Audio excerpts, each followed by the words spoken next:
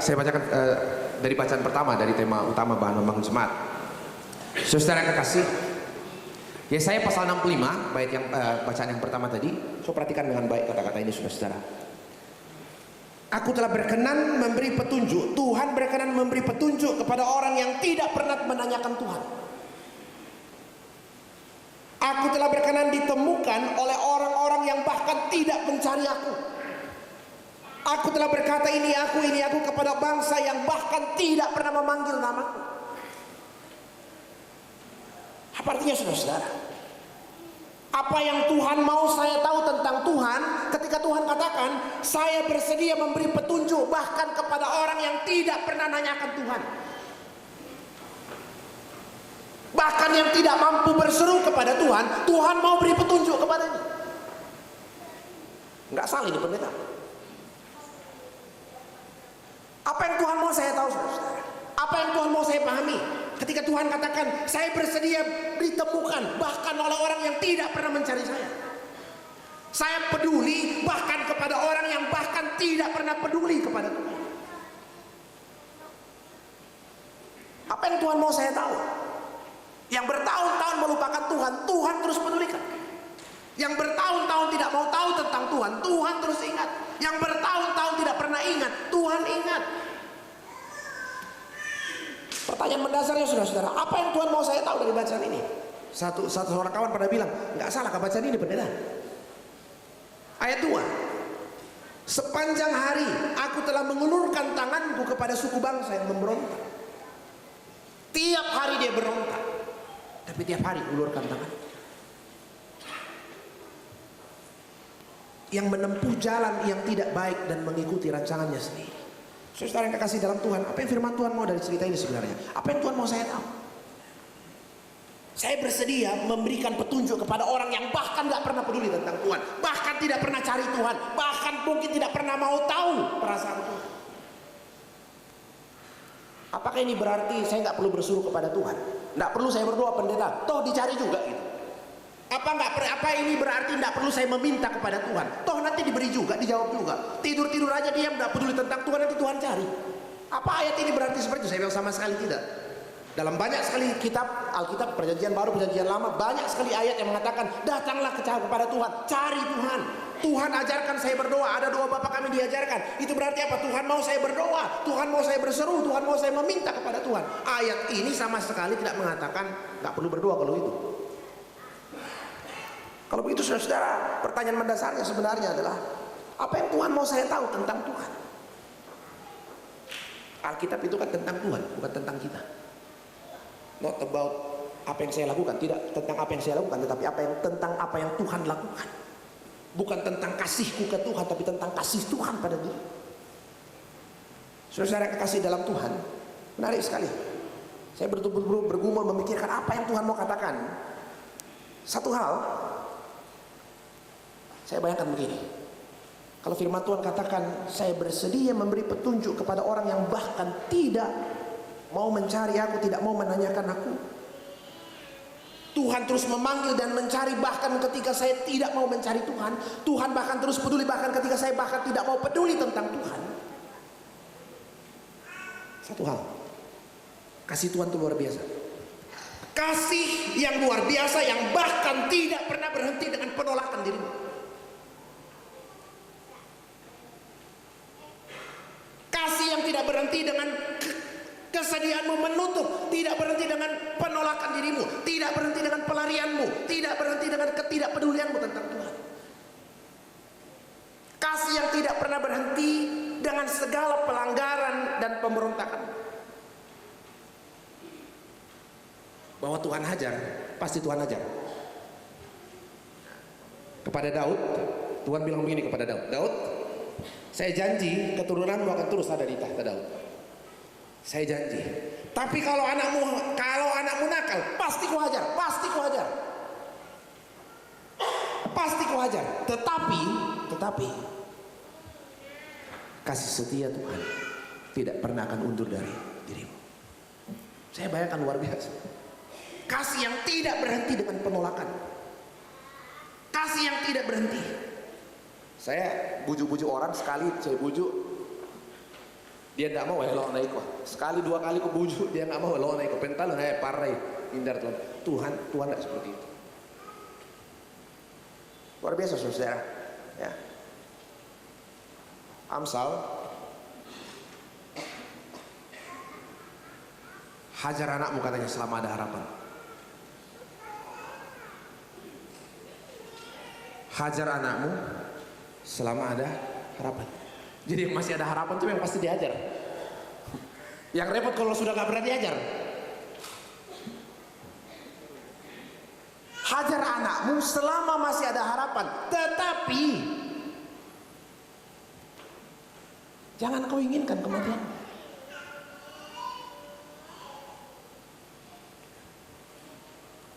Yesaya 18 ayat 23. Apa kata Tuhan?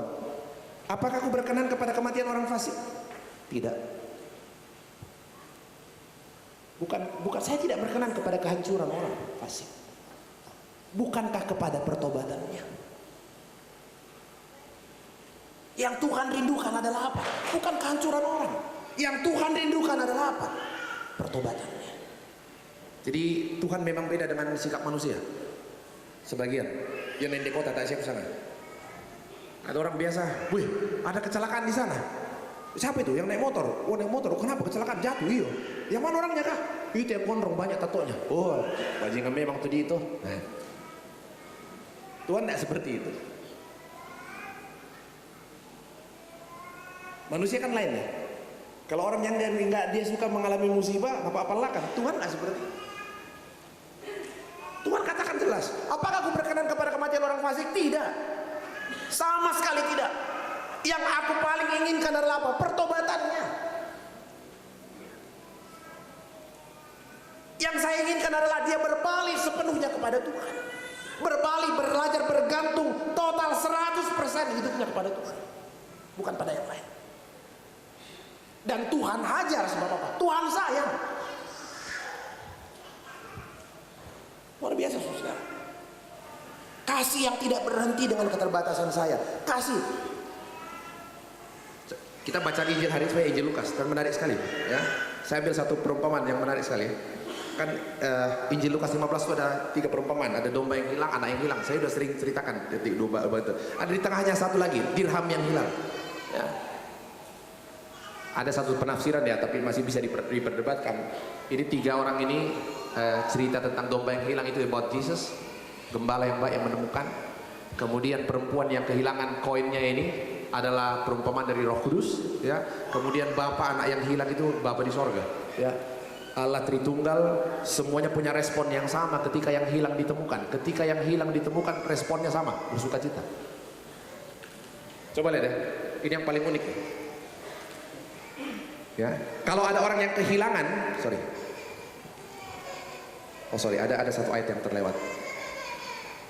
Oke, ayat 8 dikatakan seperti ini. Ini salah, ayat 9 nih. Atau perempuan manakah yang mempunyai 10 dirham, dan jika ia kehilangan satu di antaranya, tidak menyalakan pelita dan menyapu rupanya, serta mencarinya dengan cermat sampai ia menemukannya. Dan kalau ia telah menemukannya, ia memanggil sahabat-sahabat dan tetangga-tetangganya serta berkata, bersukacitalah bersama-sama dengan aku, sebab dirhamku yang hilang telah kutemukan. Coba bayangkan ya, uang saya hilang 1 juta. Saya cari, kemudian temukan. Setelah saya temukan uang 1 juta yang hilang ini, saya panggil teman-teman saya, weh, ayo bikin pesta yang harganya 5 juta.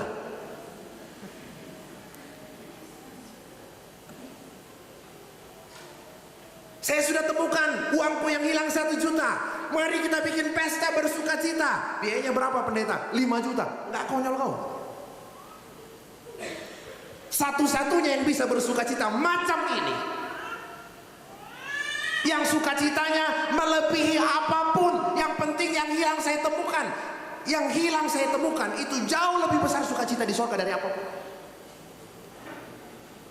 Yang bisa bersukacita macam ini hanya Tuhan. Jadi ketika ada yang hilang ditemukan, coba ya, luar biasa sukacita di surga. Waktu anak yang hilang kembali ke rumah, ambilkan jubah, tidak cukup jubah, pasangkan cincin, tidak cukup cincin, pasang sepatu, cukupkah itu? Tidak. sembelian anak lembu jantan. Wah gila. Baru pulang dari Kalijodo, dipotongkan kambing. Dipotongkan kambing. Kenapa? Kenapa? Sukacita di sorga. Luar biasa saudara. Nah,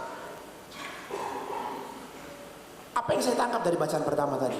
Kasih Tuhan yang bahkan melampaui ketidakmampuan saya berseru kepada Tuhan. Nah saudara, tadi coba lihat bacaan Injil kita. Bacaan Injil kita itu cerita tentang orang yang kerasukan setan. Orang yang kerasukan setan. Apa yang terjadi dengan dia? Dia kerasukan setan di Gerasa. Gerasa itu daerah orang non Yahudi, orang yang tidak kenal Tuhan. Dia ada di luar, di daerah Gerasa. Dia kerasukan setan dan kondisinya luar biasa parah. Yang masuk ke dalam dirinya bukan hanya satu setan, tapi banyak setan. Sampai bayangkan, luar biasa setan merasuk dalam hidupnya sampai dia tidak bisa pakai baju. Tinggalnya tidak lagi di rumah, tapi tinggal di pekuburan. Pertanyaannya, iman macam apa yang bisa diharapkan dari orang yang bahkan pakai baju pun gak tahu?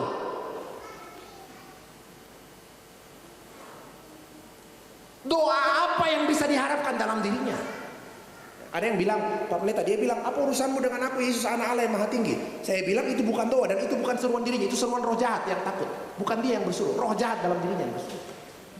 Orang ini dirasuk roh jahat luar biasa. Sampai jangankan ya, pakai baju tidak, tinggal di pekuburan, tinggal di goa-goa. Satu aja kelebihannya, kuat sekali. Jadi jangan terburu kagum dengan orang yang kuat sekali. Tapi kalau dia bisa buka botol bir, jangan-jangan amin.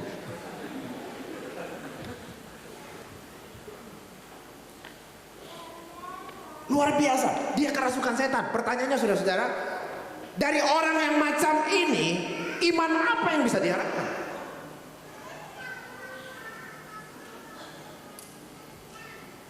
Doa apa yang bisa diharapkan? Jangankan mau berseru kepada Tuhan, pakai baju aja nggak tahu. Pertanyaannya, andai kata kesembuhan dirinya, pemulihan dirinya bergantung pada doanya kepada Tuhan.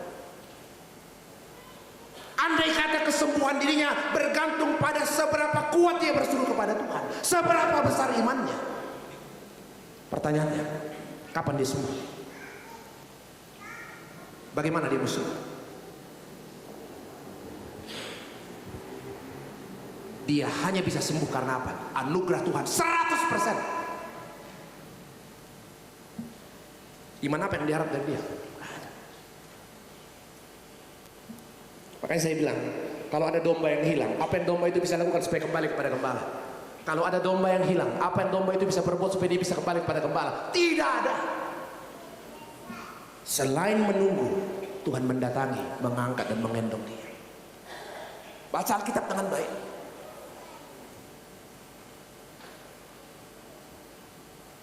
Andai kata keselamatan kita ditentukan oleh doa kita. Makanya tadi firman Tuhan katakan, saudara-saudara, saya berkenan menjawab bahkan orang yang tidak berseru kepadaku.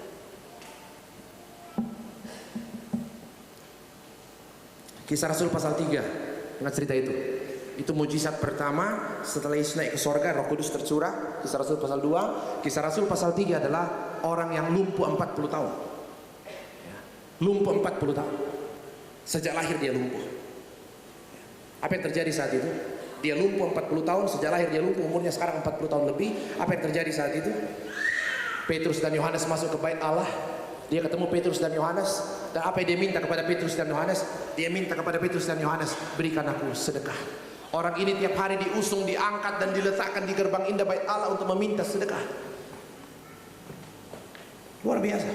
Ketika dia ketemu Petrus dan Yohanes, apa yang dia minta? Sedekah. Pertanyaannya, kenapa dia nggak minta kesembuhan? Padahal yang paling dia butuhkan adalah apa? Kesembuhan. Sedekah berapapun tidak akan pernah bisa mengubah hidupnya.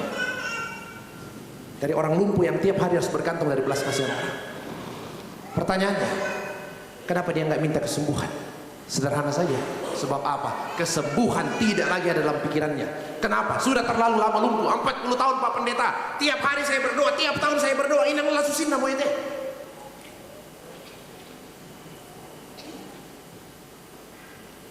Yang dia minta hanya apa? Sedekah. Tidak lagi ada dalam benaknya sembuh, tidak lagi ada dalam imannya sembuh. Yang dia minta hanya sedekah. Pertanyaannya, kalau imannya terbatas, doanya terbatas, apakah itu akan menghalangi pemulihan Tuhan atas dirinya? Fakta yang terjadi, Yesus katakan apa? Saya tidak punya emas dan perak, tapi demi nama Yesus orang Nazaret itu berjalan. Tuhan bisa berikan bahkan yang tidak ada dalam pikirannya. Tuhan bisa berikan melampaui yang bisa kau minta.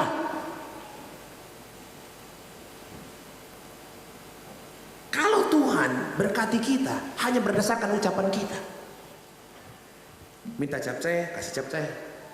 Kalau kurang garam, ya pasti juga datang kurang garam. Terlalu banyak hal dalam hidup kita yang tidak pernah kita minta dan Tuhan berikan.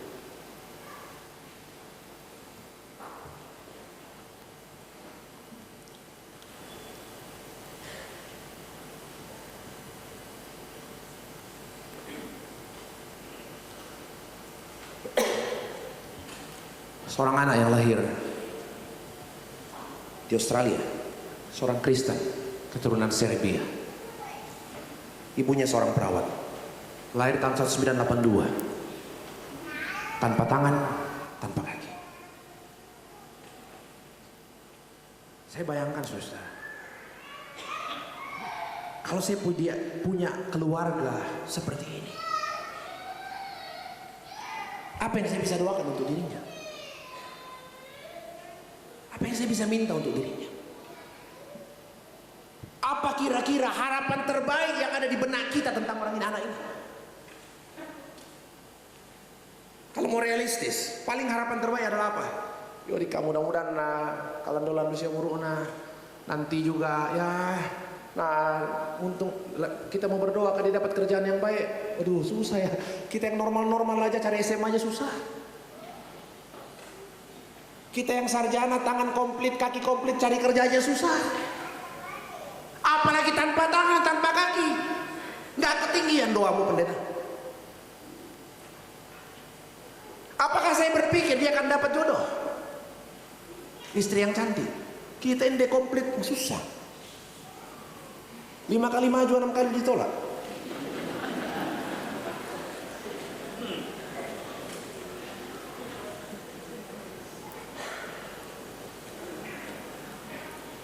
Luar biasa. Apa yang saya mau doakan tentang dia? Apa yang saya mau doakan tentang dia? Kalau saya punya menghadapi masalah seperti ini, saya yakin harapan saya nggak akan terlalu tinggi.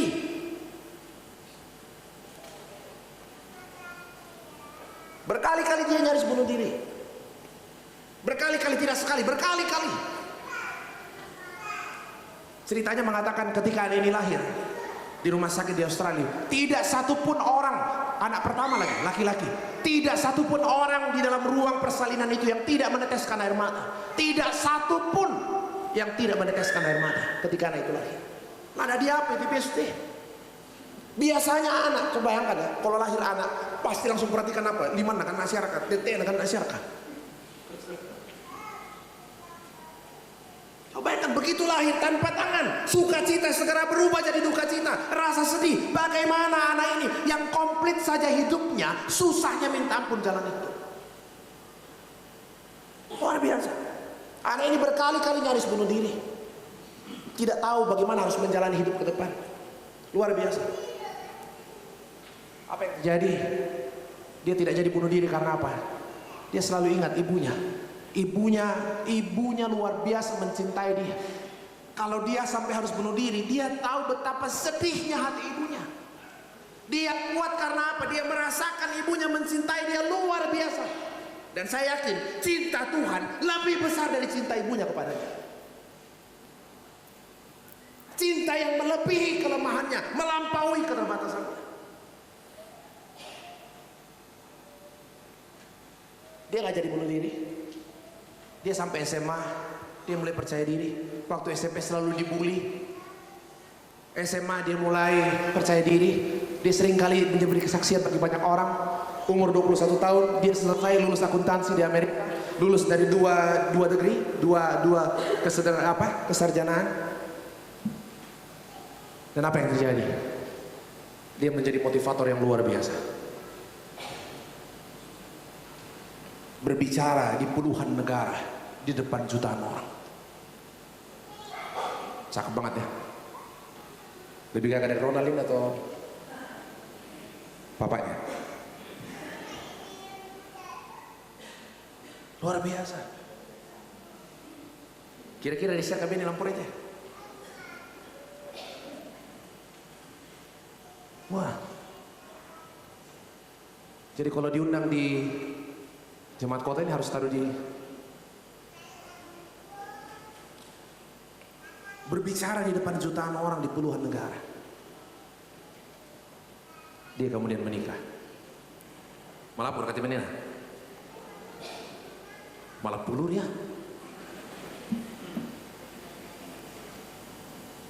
Tuhan bisa berikan lebih dari yang saya minta. Tuhan tidak bergantung pada keterbatasan hidup. Pemulihan Tuhan melampaui imanmu, melampaui yang bisa kau yakini. Makanya tadi firman Tuhan katakan, saya berkenan memberikan berkatku, petunjukku bahkan kepada orang yang tidak mau mencari aku. Sekali lagi saya katakan, ayat ini tidak bermaksud tidak usah berseru kepada Tuhan ya. Jadi kalau kau sudah tahu berseru kepada Tuhan, jangan kau pura-pura tidur. Saudara, luar biasa anugerah Tuhan. Mungkin satu pertanyaan terakhir, saudara. Untuk apa Tuhan lakukan ini? Untuk apa Tuhan lakukan ini? Ketika dia terus mengulurkan tangan bahkan kepada orang yang sama sekali nggak peduli dengan Tuhan. Kenapa Tuhan lakukan? Parah itu kenapa? Sudah berkali-kali ditegur Pak Pendeta, nggak mau dengar Dito. Orang Farisi suka marah kalau Tuhan sayang sama orang-orang berdosa, itu masalahnya kita. Dan kadang dalam diri saya ini juga muncul Farisi. Apalagi kalau orang yang suka marah-marah sama saya terus diberkati Tuhan, kukuhan doa. Yang mau pandas sama anak tuh mau lamukan dot lebih sentuh.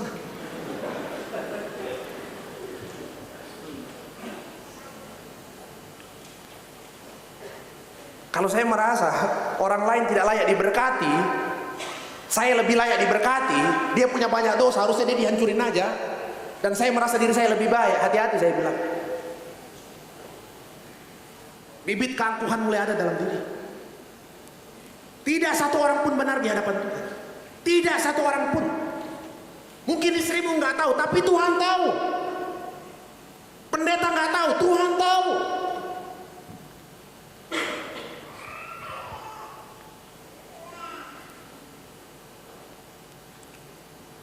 Kenapa Tuhan, saudara-saudara, mau terus memulihkan kita? Tuhan cari kita terus, bahkan ketika saya nggak peduli dengan Tuhan, Tuhan cari. Malah taruh tepan di Alfred Pongsel, si Sulebong taruh, nada kata taruh. Taruh ke pomoton, kok jam 12 mau kalau ada Pongsel sih. Namun tete lu subuh tak apa sulit, nawar tak ke Pongsel. Taruh Pongsel sih.